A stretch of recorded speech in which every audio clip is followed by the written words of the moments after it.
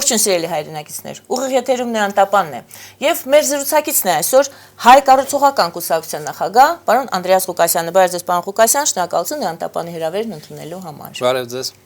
Պարոն Ղուկասյան, շատերի գնահատմամբ Ամուլսարի խնդիրը կարող է ճակատագրական դառնալ Նիկոլ Փաշինյանի համար։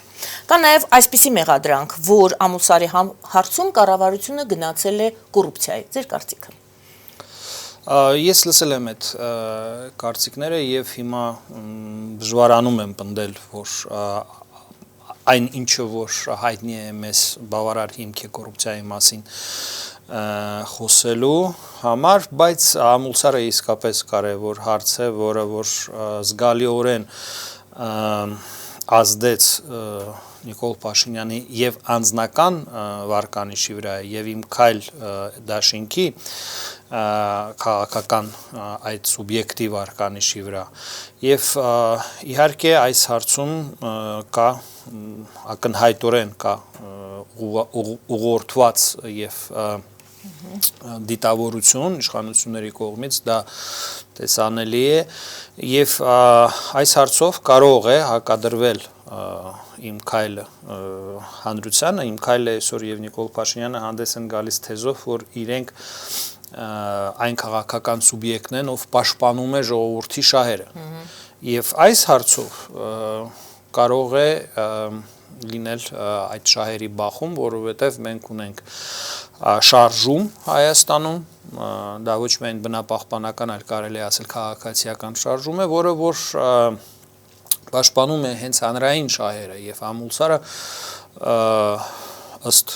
արդեն ձևավորված հանրային կարծիքի եւ համոզմունքի չի կարող հանք դառնալ այն պատճառով, որ թե իր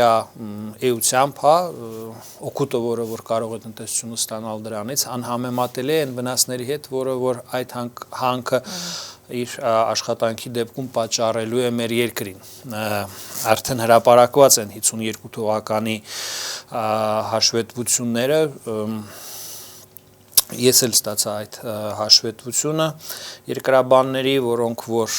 եզրակացություն են անում, որ Ամուլսարում բավականին ուրանի պաշարներ կան եւ այդ ամբողջ խնդիրները ժամանակին անտեսվել էին, երբ որ Արփասեվան այդ համակարգն էր կամ պատշաճ ուշադրություն չէին ստացել եւ ես այն կարծիքի եմ, որ Ամուլսարը արդեն շատ վնաս է պատճառել մեր երկրին, որը որ առ այսօր չի գնահատվել, որովհետեւ այդ տեղով անցնող այդ Արփասեվան համակարգով անցնող ջուրը այս կամ այն չափով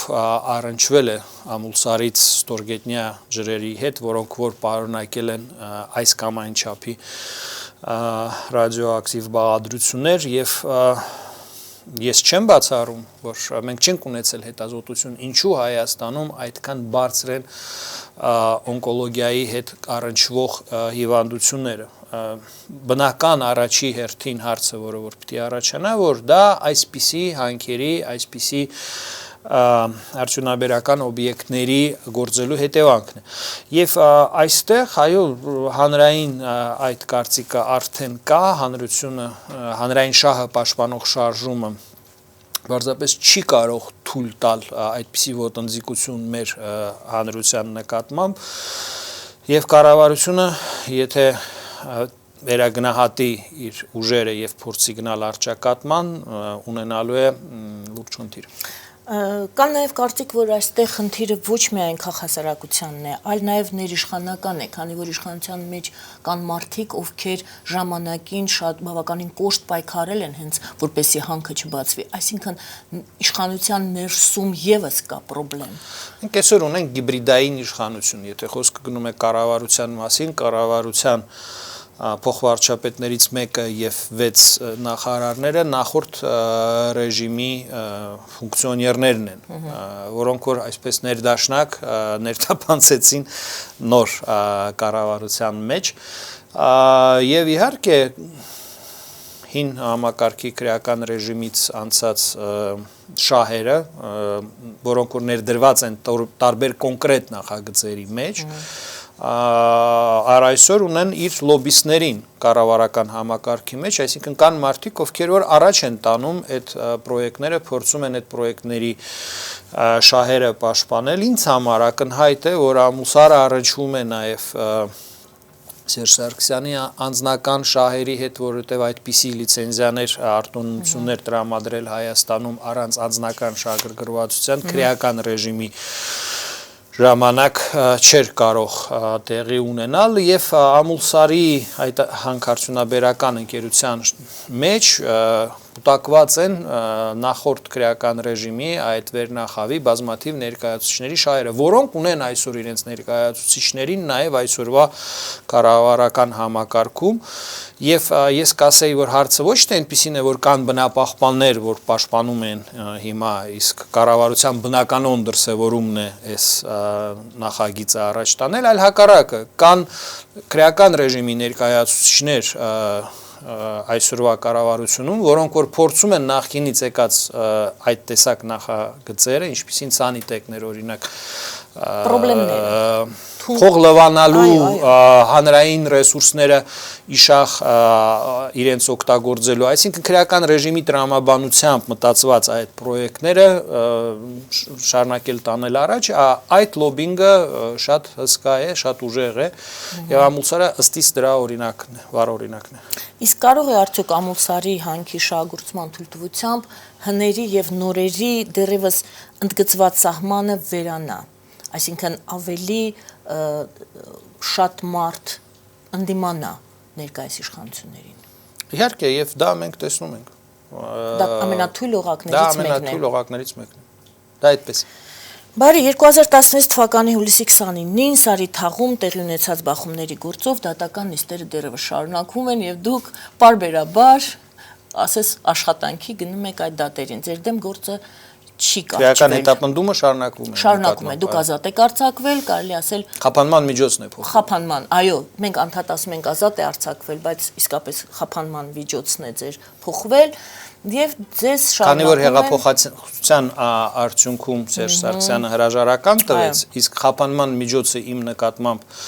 ըստ դատական ակտերի պայմանավորված էր նրանով, որ կար ըստ իրենց վտանգ, որ ես կարող եմ հեղափոխություն անել Հայաստանում, ապա հեղափոխությունից հետո այդ հիմքը վերացավ։ Եվ դատավոր Վարդան Գրիգորյանը իմ կարծիքով իր սեփական որոշումը ընդունեց մայիսի 7-ին, երբ որ դեռ Սերժ Սարգսյանի իշխանությունը արդեն չկար, իսկ Նիկոլ Փաշինյանը դեռ չէր վերցրել կառավարման ղեկը իր ձեռքը, ինքը մայիսի 8-ին նշանակվեց վարչապետ ՀԿ-ի կողմից։ Այդ ընթացքում դատարանը ըստ իս իր ոնց որ ասած կամքը դրսևորեց եւ ինքնուրույն որոշում կայացրեց այդ հարցում եւ ես ազատ արձակվեցի առանց որևէ գործարքի իշխանությունների հետ, առանց որևէ պայմանավորվածության, որը որ կսահմանապակեր իմ քաղաքական գործունեությունը հետագայում։ Առհասարակ Հայաստանում կա ավանդույթ քաղաքական գործիչներին կալանքի տակից կամ բանտից ազատել որոշակի պայմաններով, որ իրենք այսպես լինեն, այնպես լինեն։ Ես կարողացա այդ պայմաններում իշնորհիվ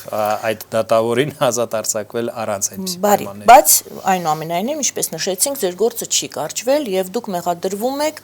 զանգվածային անկարգություններ կազմակերպելու համար։ Ովքեր են նաև փորձի համար միանալ Սասնա ծռերին եւ այնտեղ իրենց հետ միասին ավելի երկար պահել, շարունակել պահել այդ ՊՊՑ գունդը այդ վիճակում։ Բարի, գրաված վիճակում։ Մեկ անգամ եւս խնդրում եմ նշեք, ովքեր են վկաները, որ դուք նման գործողություններ արել եք, եւ կան արդյոք վկաներ, որ դուք նման գործողություններ չեք արել։ Գիտեք, այս մեղադրանքը պարունակում է ըստիս զրպարտություն մեր քաղաքացիների նկատմամբ, որովհետեւ շատերի համար, գրեթե բոլորի համար ակնհայտ է, որ Սարիթաղում զանգվածային անկարգություններ չեն եղել առհասարակ այդ օրը։ Եվ քաղաքացիները հասել էին Սարիթաղ, որպեսզի այնտեղից անեին կոչեր աջակցության վերաբերմունք ցուցաբերեն Սասնա ծռերին, իդեպ այդ օրերին Սասնա ծռերը արդեն բանակցություններ էին վարում զենքը ցած դնելու մասին, դրա վերաբերյալ արդեն բացահայտված են ապացույցներ գործից իրենց ռադիո եւ հեռախոսային խոսակցությունները իշխանության ներկայացուցիչների մեջ վկայում են, որ այդ որոշումը իրենք արդեն կայացրել էին զենքը ցած դնելու մասին եւ ցած դնելու վերաբերյալ եւ ըստ էության ինչ էր տեղի ունեցել ժառանգության կուսակցության նախաձեռնությամբ կարելի է ես այսօր կարող եմ պնդել որ դա գործնականում այդպես եղավ որոշում կայացվեց անցկացնել հավաք Սարիթաղում որպեսզի ցուցադրել հանրության պատրաստակամությունը կամ աջակցություն սասնածրերին ցուցաբերելու եւ ինչ որ իրենց հիմք տալ այդ բանակցային գործընթացում որ իրենք զգան հանրության ուժը իրենց թիկունքում Սա էր, ոնց ես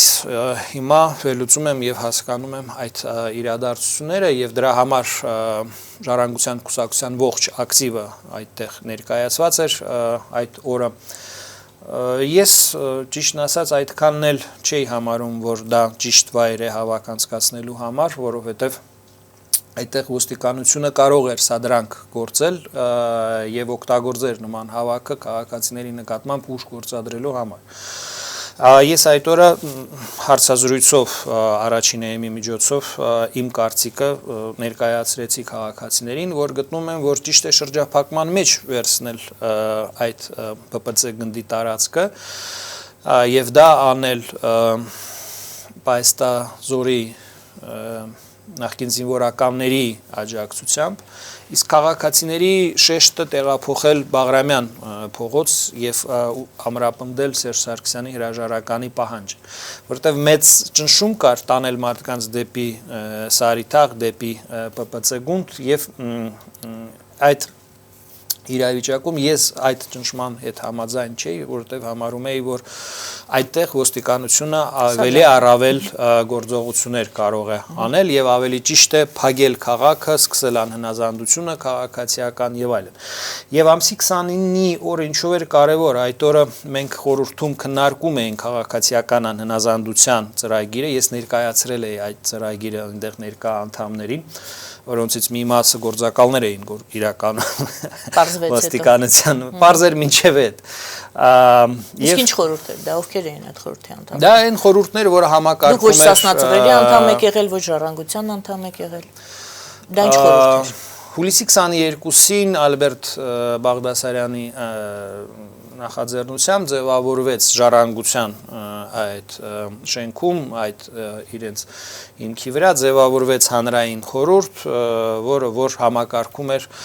քաղաքացիական շարժումը ի աջակցություն սասնածրերին եւ 23-ից 24-ից բոլոր հավաքները կազմակերպում էր այդ խորհուրդը։ Այդ խորհուրդը համագործակցում էր Ալեք Ենիգոմշյանի հետ, որ ապահովում էր կապը սասնածրերի հետ եւ այն կոնսենսուսը, որ մենք ունենք, հետեւյալն էր, որ սա աջակցություն չի ապստամբության, այն իմաստով, որ մենք չենք ընդունում զինված ապստամբության գաղափարը, այլ սա շարժում է, որի գլխավոր նպատակն է թույլ չտալ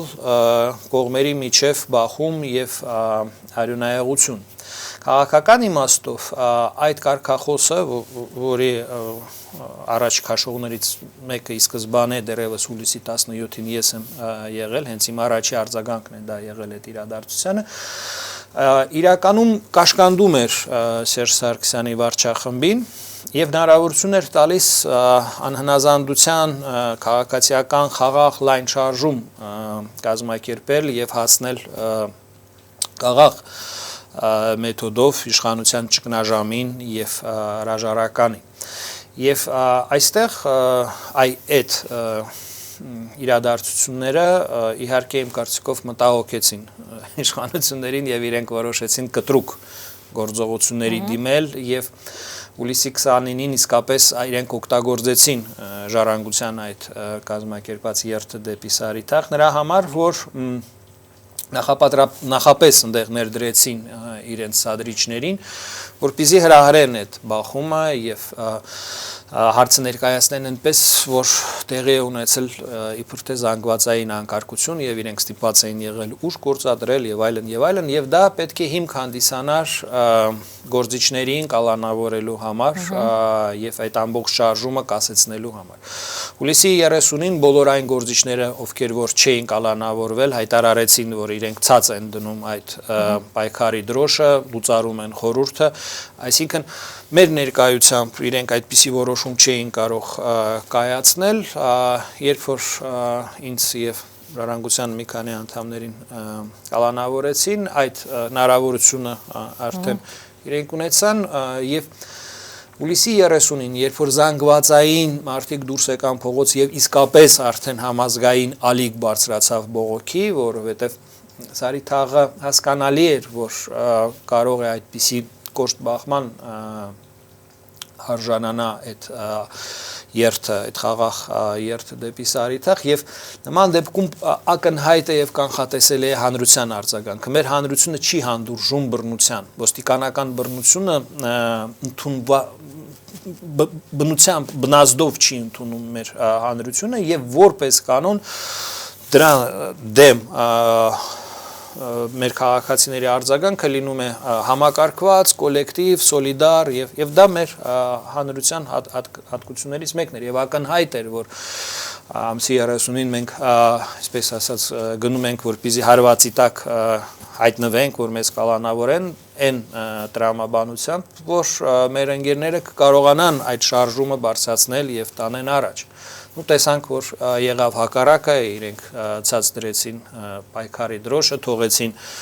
հանրային այդ պայքարը ինքնահոսի եւ Սասնաձորերը նույնպես արագորեն ավարտեցին իրենց բանակցությունները եւ զենքը ցած դրեցին, որովհետեւ իսկապես երկրում արդեն ձևավորվել էր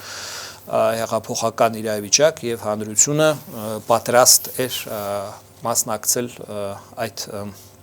գործողություններին, որովհետև պարզ էր կոնֆլիկտը, պարզ էր նպատակը, պարզ էր բոլորի համար անհրաժեշտությունները, որոնք կային եւ այդ ամենը իմ կարծիքով տեղի ունեցավ արհեստական պատճառներով, այսինքն միջամտությունը իշխանությունների քրեական ռեժիմի ազդեց գործիչների վրա այդ օրվա եւ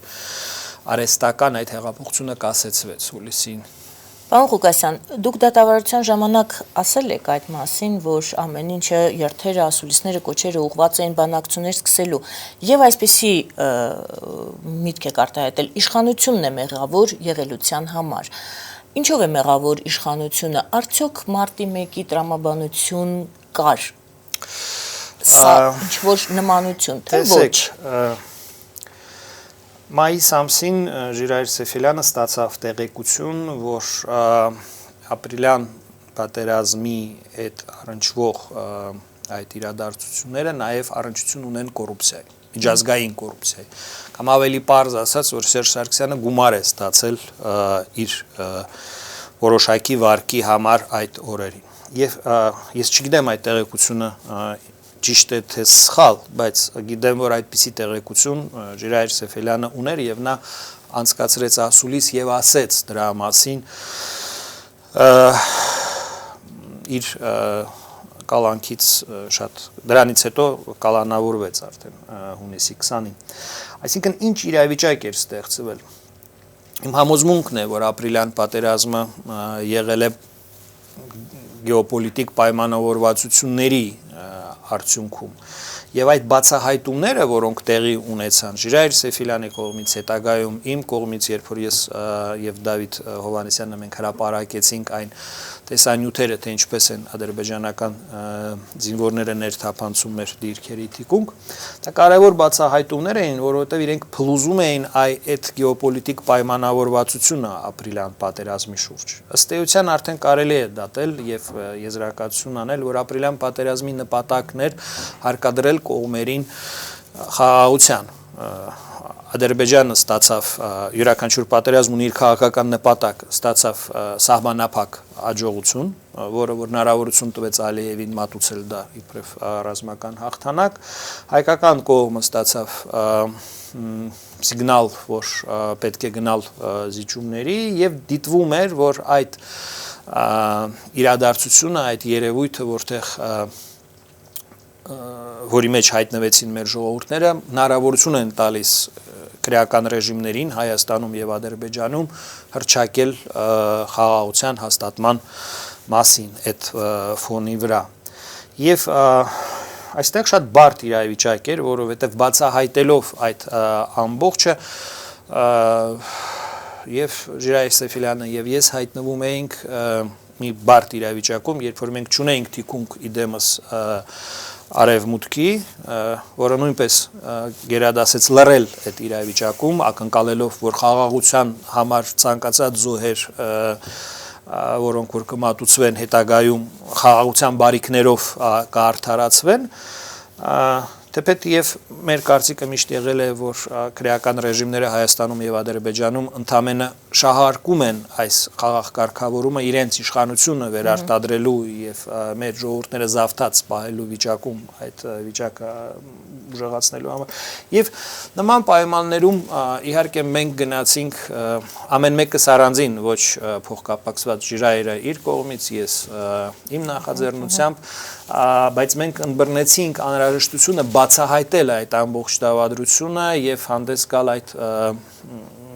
հրապարակումներով, որոնք որ բացահայտում են սուտը։ Սուտը այն էր, որ Հայաստանը չունի ապացույցներ, Հայաստանը ուներ ըստ էության ապացույցներ, որ Ադրբեջանը հարձակվել է, հարձակում է կազմակերպել։ Գիտեք, որ Հայաստանը որևէ քայլ չի արել Ադրբեջանին միջազգային ատյաններում պատասխանատվության բերելու համար։ Ընդհակառակը հրադադար է վերահաստատել եւ ընդունել է այդ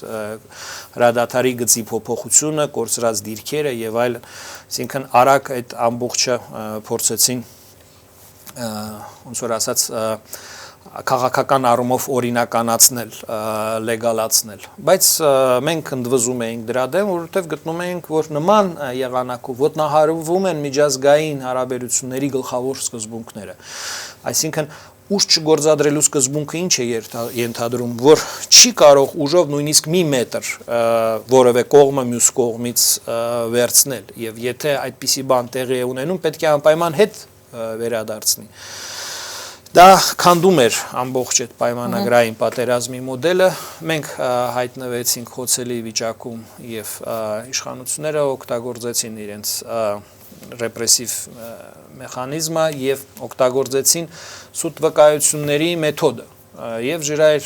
Սեյֆելյանի նկատմամբ իմ կարծիքով սուտ վկայություններ տրվեցին, որը որ դարձավ այդ գործի հիմքը եւ իմ նկատմամբ սուտ վկայություններ տրվեցին, որոնք որ դարձան իմ դեմ մեղադրանքի հիմքը։ Այսինքն ոչ թե ձեր մասնակցությունը այդ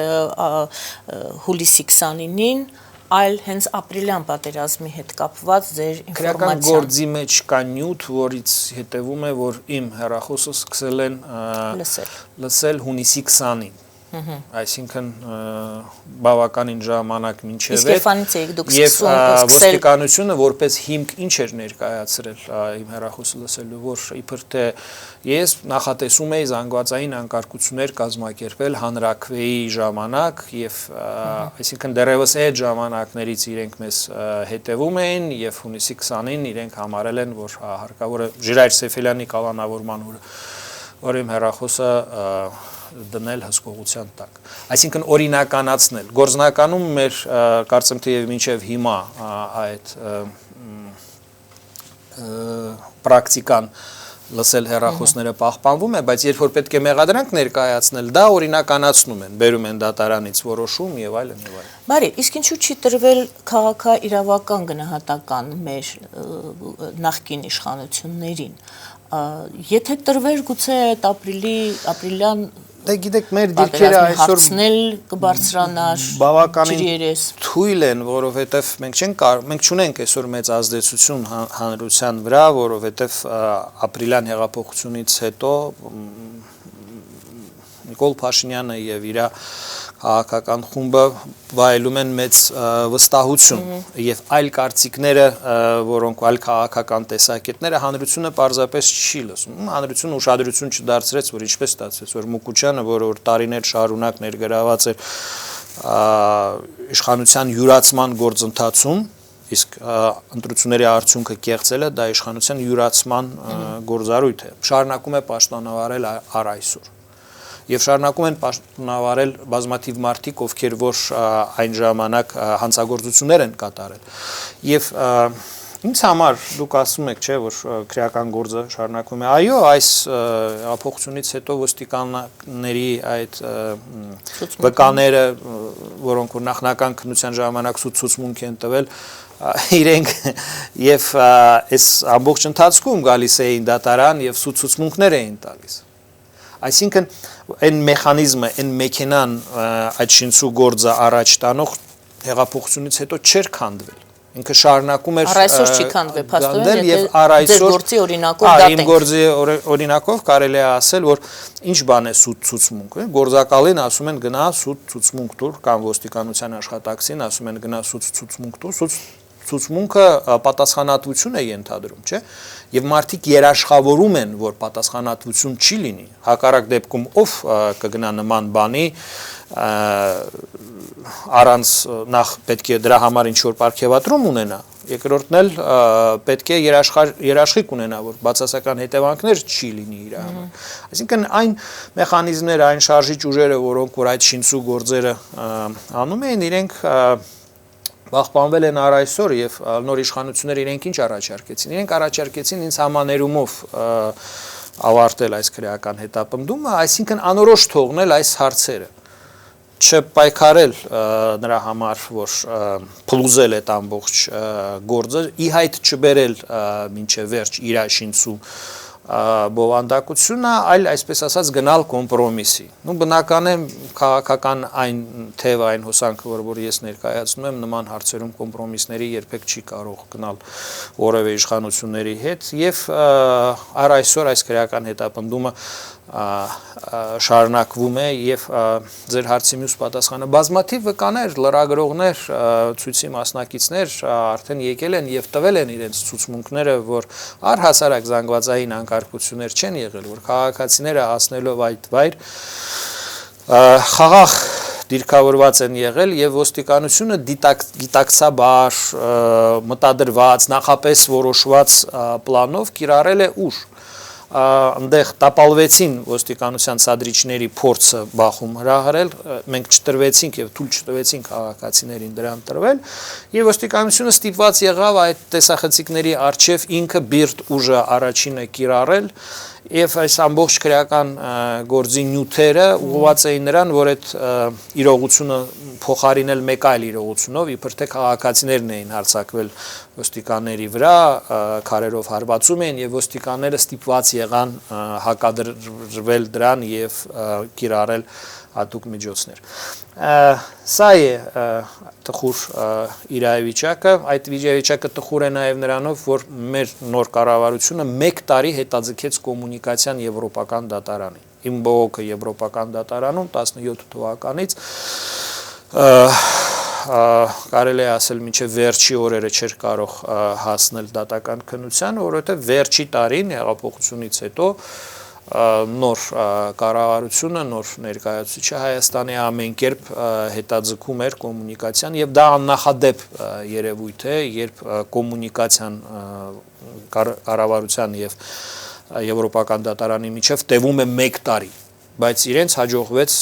1 տարի այդ ժամկետը պահել եւ այսօր այո կարող են որոշ մարդիկ, օրինակ Էդուարդ Շարմազանն ասի, որ Սերժի ժամանակ չեն եղել քաղբանդարկյալներ, որովհետեւ այդ քաղաքականությունը իրականում ապահովում է, չէ, եվրոպական դատարանը պետք է որոշում կայացնի, վճիռ կայացնի, որ Սերժ Սարգսյանի կառավարման օրոք քաղբանդարկյալներ եղել են։ Հիմիկվա կառավարությունը կարող եմ ձեզ փաստել, որ ամեն ինչ արեց, որ այդ որոշումը հնարավորինս հետաձգվի եւ առարկություններ ներկայացրեց իմ բողոքի դեմ բանում եվրոպական դատարանում։ Այսինքն ակնհայտ են ջանքերը պահել այդ նախորդ քրեական ռեժիմի շահերը եվրոպական դատարանում եւս, ոչ միայն մեր ներքին համակարգում, այլ նաեւ միջազգային հարթության, միջազգային արդարադատության հարթակում։ Ես կարծում եմ, որ դա դեռ իր հետևանքները կունենա եւ մենք այդ ամեն ինչը դեռ կտեսնենք դրա։ Այո, իհարկե, անխուսափելի է դա։ Եվ ստացվում է այժմ, որ մեկ առ մեկ գործ առ գործ, ինչպես Սերժ Սարգսյանին այս կոռուպցիոն մեղադրանքը ներկայացնելն է, մենք այսպես փոքր քայլերով պետք է բացահայտումներ անենք, ինչպես եք կարծում, դա որքանով է քաղաքական վերլուծության մեջ միշտ հարկավոր է հասկանալ ովքեր են քաղաքական սուբյեկտները, ինչ շարժառիթներ ունեն, ինչ շահեր ունեն, ինչ նպատակներ են դնում, ինչ խնդիրներ փորձում են լուծել եւ ինչ մեթոդներ են դրա համար կիրառում։ Մեր երկրում չկա կազմակերպված հանցավորության դեմ պայքար, որովհետեւ այդ պայքարը եթե լիներ, վերցնենք, այսինքն մաթեմատիկական մեթոդը доказательство от противного, հակառակ ինչը պիտի տեղի ունենար։ Պիտի քաղաքական պլատֆորմ լիներ իդեմս այդ իշխող ուժի մեծամասնություն կազմող ուժի գնահատման, հա, նախորդ ռեժիմի գնահատականը, որի մասին բազմիցս խոսացել ենք։ Դա քաղաքական պլատֆորմ է գործընթացի, որի վրա պետք է հաջորդ քայլը լիներ, որ պատկան մարմինները ենթարկվեին լուրջ կադրային փոփոխությունների, որոնք որ սերտաճած են եղել քրեական ռեժիմի ժամանակ, չէ, հանցավորության հետ, եւ տեսանելի պիտի հանրությանը լիներ, որ այդ մարմինները ոստիկանությունը, ԱԱՑ-ն, քննչական կոմիտեն ենթարկվում են բարեփոխումների, ենթարկվում են կադրային նորացման եւ դրա հետ մեկտեղ ստեղծվում են հատուկ մարմիններ, հատուկ խմբեր հենց Հայաստանում տարիներ շարունակ կազմակերպված համագործակցությունը հանցավոր բացահայտելու համար, որպես մեկ համակարգ։ Խոսքը գնում է ինչի մասին, որ սկզբից ձևավորվել էր մեր երկրում Ռոբերտ Քոչարյանի գլխավորությամբ հանցավոր համագործակցություն, որը հետո փոխարինվեց Սերժ Սարգսյանի գլխավորությամբ նոր հանցավոր համագործակցությամբ, որը որ մսխում էր պետական ռեսուրսները, հանրային միջոցները, բազմաթիվ անօրինականություններ էր անում, իրականացնում էր այդ իշխանության զավթումը ամեն մի ընտրությունների ժամանակ, եւ սա մեկ գործ է, սա մեկ քրեական մեղադրանք է, որտեղ որ սուբյեկտը հանցավոր համագործակցության բոլոր անդամներն են, այն ժամանակվա բարձրագույն պաշտոնյաները, որոնք որ վաճառում էին պաշտոնները, գնում էին պաշտոնները, մեր երկրում ոնց էր համակարգը գործում։ Նախագահան վաճառում էր վարչապետի պաշտոնը, վարչապետը վաճառում էր բաների պաշտոնները, նախարարների պաշտոնները եւ կոռուպցիոն համակարգը այդ կազմակերպված բնույթն էր կրում։ Եվ այդ ամենը այսօր ոչ քաղաքական կամք, ոչ ձգտում, ոչ նպատակ չունի բացահայտելու։ Եսի նկատի ունեմ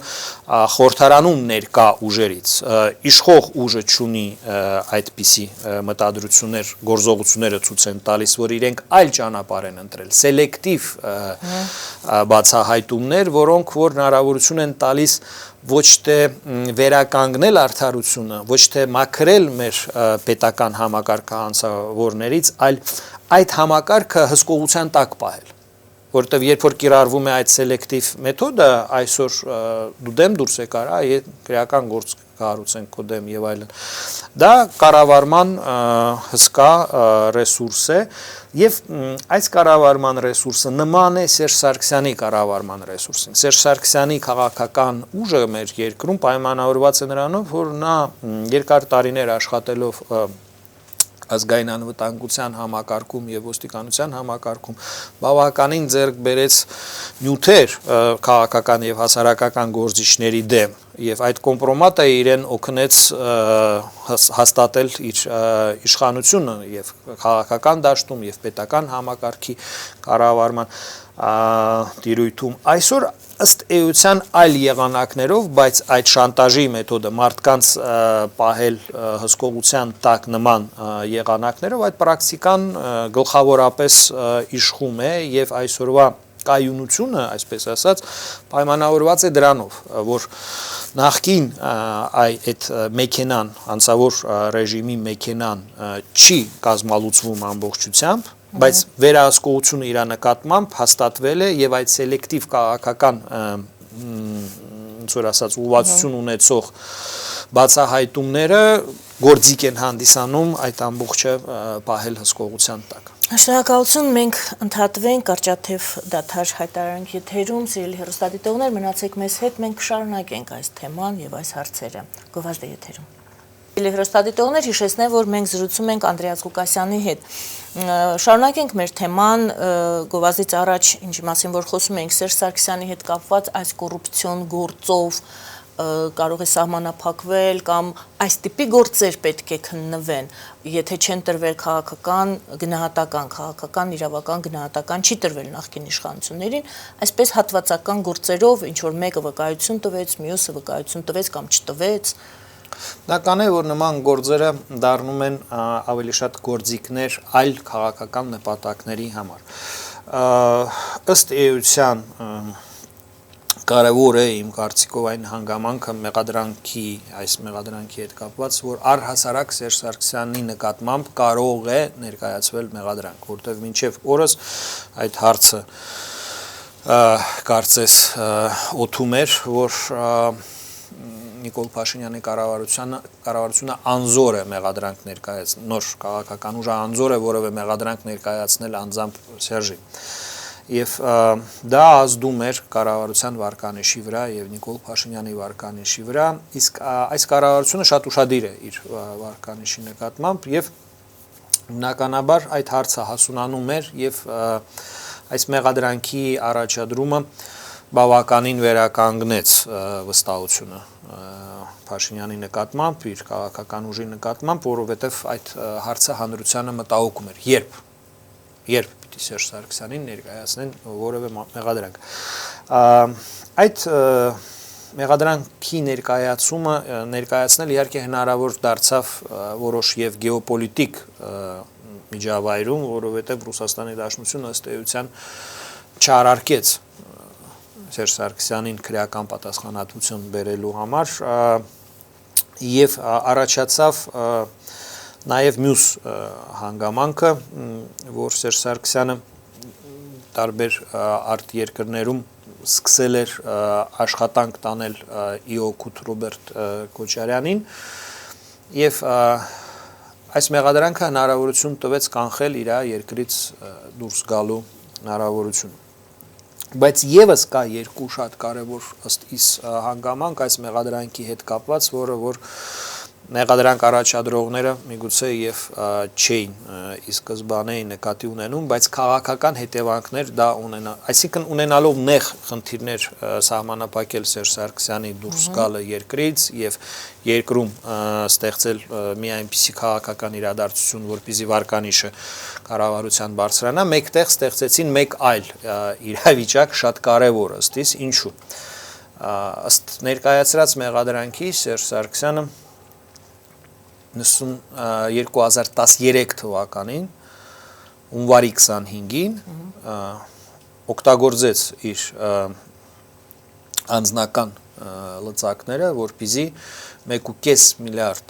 դրամ վճարի Ֆլեշ ընկերությանը։ Եվ այդ վճարումը տեղի ունեցավ փետրվարի 21-ին։ Բոլորը հիշում են, որ այդ ժամանակ Հայաստանում ընտրություններ էին։ Ես այդ ժամանակ հացադուլ էի անում ընդդեմ ֆեյք ընտրությունների, ընդդեմ շինցու ընտրությունների եւ պահանջում էի, որ Սերժ Սարգսյանին չգրանցեն որպես տեխնացու, որովհետեւ հանցավոր կուսակցությունները առհասարակ ըստիս չպետք է իրավունք ունենան մասնակցել ընտրություններում եւ ասեմ ձեզ, որ հունվարի 25-ներ կամ 26-ներ ես հիմա ստույգ չեմ հիշում, բայց Աշոտ Մանուչարյանը այցելեց այդ օրերից մեկին ինձ ակադեմիայի մոտ այդ վրանում եւ ասեց, որ սկսել են բաժանել փող։ Դա մեր հաղթանակն էր, ասեմ ինչու, որովհետեւ 13 թվականի ընտրությունները գնված էին ամբողջությամբ, գնված էին բոլորը։ Դիտորդները, քաղաքացիական հանրության զգալի մասը եւ այլն եւ քաղաքական առումով եւ նյութական առումով մոբիլիզացված էին բոլորը, որպեսզի Սերժ Սարգսյանը առաջադրվի եւ հաղթանակ տանի առանց փող բաժանելու։ Հանրապետական կուսակցությունը իր արչեւ դրել էր այդ նշաձողը եւ իրենք գնացին այդ ճանապարհով քաղաքացիական հանրությանը փորձեցին գնել նրանով, որ իբր թե իրենք ուզում են ասոցիացվեն Եվրո միության հետ եւ տեսեք մենք ունենք ասոցիացիայի այսպիսի մտադրություն եւ նպատակ, քաղաքական ուժերին ամեն մեկին իր ձևով հիշում եք երևի կամ չեք հիշում հիշեցնեմ ձեզ Վարդան Օսկանյանին ինչ հալածանքների ենթարկեցին, երբ որ նրա տեխնացությունը 12 թվականին գնարկվում էր որպես նախագահի տեխնացու իրեն առհասարակ քրեական հետապնդումով բավականին հիմնադրամի Civiltas հիմնադրամի հետ կապված բավականին կոշտ ձևով սահմանափակեցին եւ միջազգային հանրությունը լռում էր, որովհետեւ այդ իրենց շահերը ունեին բոլորը Սերժ Սարգսյանի ընտրվելու մեջ։ Բացի իմ կարծիքով հայ ժողովրդից եւ սա էր դրդապատճառը, ինչի ես դուրս եկա այդ լայն համատարած կոնսենսուսի դեմ կարգախոսով, որ սա fake շինցու ընտրություններ են, սա թատրոն է, ոչ թե իրական ընտրություններ, որի հետևանքները մեր ժողովրդի համար կարող էին շատ դաժան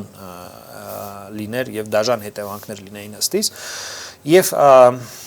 հունվարի 25-ին թե 26-ին Աշոտ Մանուչարյանը այցելեց ինձ եւ սկսեց ասեց, որ կայացված է որոշում փող բաժանելու համար։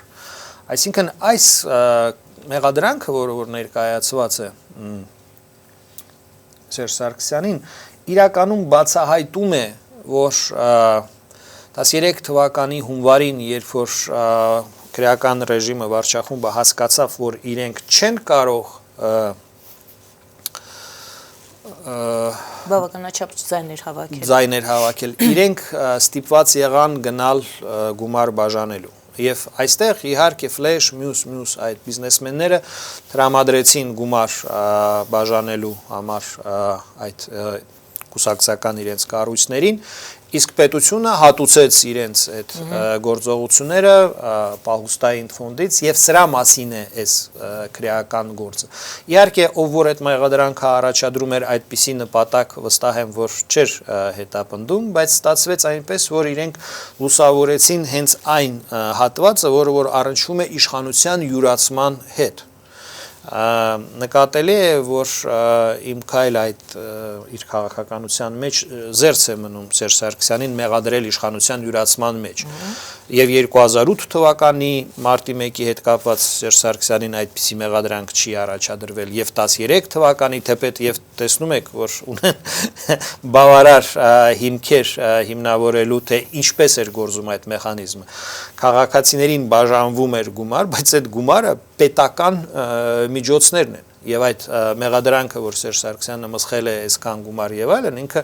կարող է արձագանքել, որ ինքը այդ գումարը արդար ճակերտավոր բաժանել է քաղաքացիներին, բայց զավեշտ է այս ամենը իհարկե եւ այս ամենի մեջ կա երկրորդ հարթություն, երկրորդ խնդիր, որը նույնպես շատ կարեւոր է։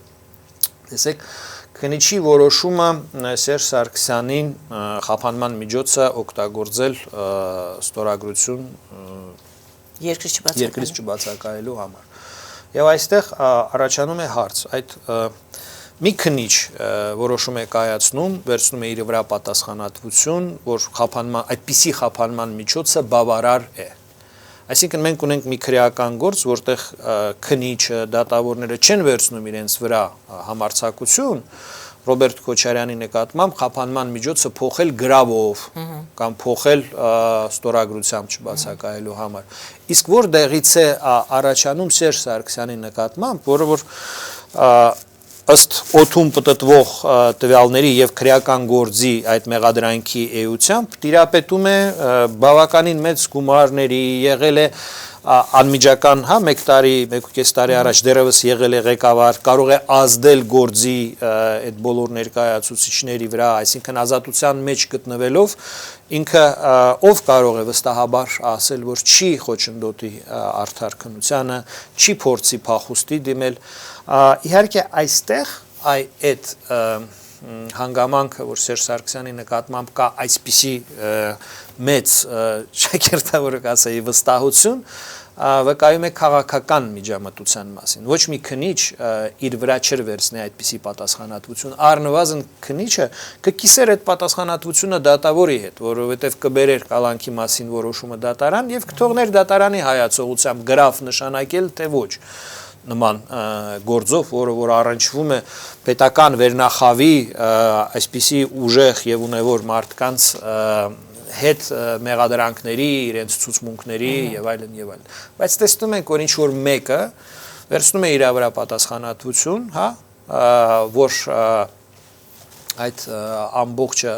վտանգավոր չէ եւ Սերժ Սարգսյանը կարող է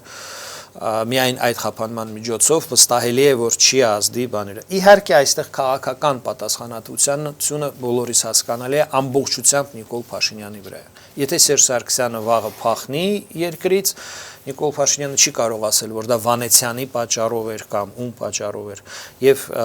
եթե այս քրեական հետապնդումը, որը որ սկսվել է վաղը անփառունակ ավարտվի, նույնպես բարդ վիճակում կհայտնվեն իշխանությունները, որովհետև ըստ էության իրենք չեն կարող հանրությանը բացատրել իրենք ինչ եղանակով են հսկել Սերժ Սարգսյանին, որ ինքը չի ազդի այդ գործի հետագա ընթացքի վրա։ Մենք ունենք բազմաթիվ գործեր, որոնք որպես շպրտվեցին հանրային տիրույթ, Վիգեն Սարգսյանի դեմ քրեական հետապնդումը, չէ՞, Միքայել Մինասյանի այսպես կոչված Միշիկի հոր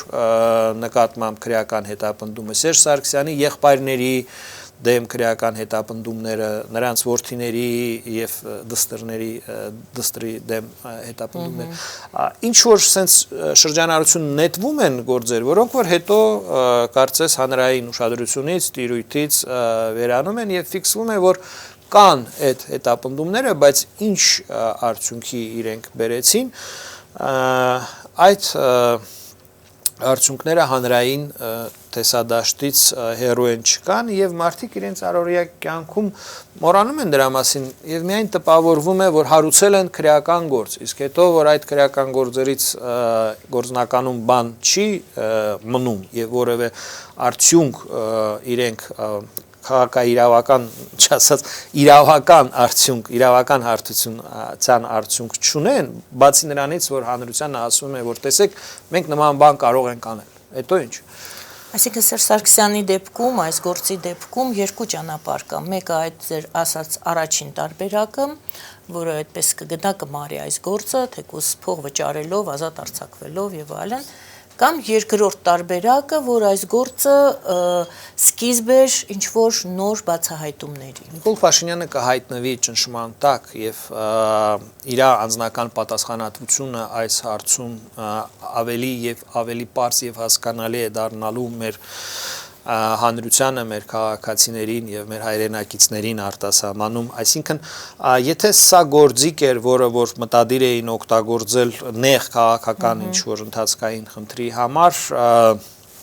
սա դառնալու է բեռ այս իշխանության ուսերին եւ սա լինելու է իմ կարծիքով լուրջ տեստ, լուրջ քննություն Ինչու, որովհետև նաև, ինչպես ասացի, առնչվում է 13 թվականի ընտրությունների հետ եւ ըստ էության այդ հանգամանքը իր անմիջապես այդ գործարքի հրատապ լինելը, այդ գործարքի ակնհայտ ապօրինի լինելը առնչվում է ընտրությունների ժամանակ 13 թվականի ընտրությունների ժամանակ փողեր բաժանելու հանրությանը հայտնի ապացուցման մեջ կարիք չունեցող փաստի հետ եւ այս փոխկապակցվածությունը նույնպես այս գործին տալու են այլ երանգ եւ բերելու են այլ քաղաքական հետևանքների։ Շնորհակալություն, մեկ հեռախոսազանգ ընդունենք, մեզ 2 րոպե է մնացել։ Այո, սիրելի հեռուստադիտող, լսում ենք ձեզ։ Այո, բարի լույս է։ Բարի լույս։ Բարի երեկո մեզ մոտ։ Ամեն բարի երեկո։ Այո, ձեզ մոտ բարի երեկո։ Հարցը պարոն Ղուկասյանին է։ Պարոն Ղուկասյան, չեք կարծում, որ ամեն անգամ երբ որ վարչապետի այս, չգիտեմ, Նիկոլի Վարկանիշը մի քանի տոկոսով ընկնում է, սկսում է մեկի հետևից ընկնելը, եւ եթե տեսնեք, ես մեկուկից տարվա մեջ կտեսնեք, որ ամեն անգամ երբ որ տեսնում եք հեղինակությունը, ասենք 5%-ով, 10%-ով կամ որևէ մի քանի տոկոսով ընկնելու դեպքում, անպայման դեպքին կամ պետք է կանոնավորեն կամ կես վաստոնի, եւ դու եթե նայեք դեր ասած մարդկանց Սերժի բարեկամներին կամ Քոչարյանին, մեկին մյուսին, բոլորին ոչ մեկը մինչև հիմա դեռ զադված չէ, 1.5 տարվա մեջ, 1 տարի 7 ամիս կլինի ասեն,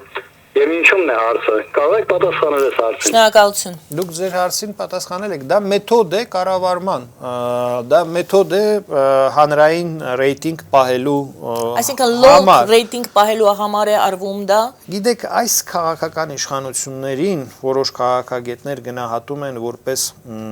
մի ուժ, որի ֆունկցիան է աթոռապահություն իրականացնել։ Այսօր խորհրդարանում դա շատ լավ երևում է, որ այնտեղ կան բազմաթիվ մարդիկ, որոնց